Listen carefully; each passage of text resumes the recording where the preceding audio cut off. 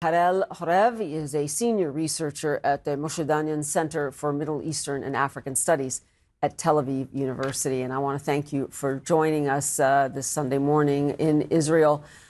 You know, I know it's only been a few days, but good to be with us. I know it's only been a few days, but the optimism that Sinwar's death might bring about some kind of a ceasefire, or at least pause, now seems to be optimistic at best, but maybe naive at worst. Do you still see an opening here? I absolutely do, because we need to understand, since the beginning of the war, Hamas became extremely centralized around the figure of Yahya Sinwar, which it traditionally is not. It's a very decentralized organization. Therefore, as Matthew Miller mentioned more than once, everything was upon Sinwar, the decision-making, everything. So his removal is definitely open opportunities. Israel still is not in the point that it can negotiate a deal because, as Matthew Miller said, there's no one at the other side of the table yet. I guess it will take Hamas a few days to decide who this figure will be. But in the meantime, Israel has an opportunity to try to come to a breakthrough through psychological leverages and operational ones, of course. And to that point, can you give us some insight into how Israelis are feeling about this right now and how that might be factoring into Netanyahu's calculations? Because he has been pretty aggressive in the last 72 hours, both in Gaza and Lebanon.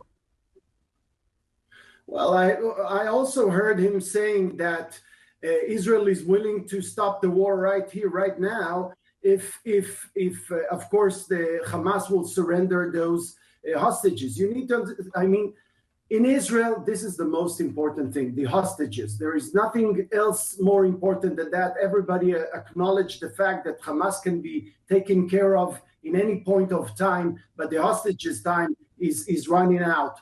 And therefore, Netanyahu as well, he actually said that they will even be allowed, Hamas operatives, to leave the Gaza Strip as long as they leave their weapons behind and, of course, surrender the hostages. But yes, you can also hear an aggressive kind of talk, because he's threatening them to not harm the hostages at this time of course, junction, I would say, historical junction.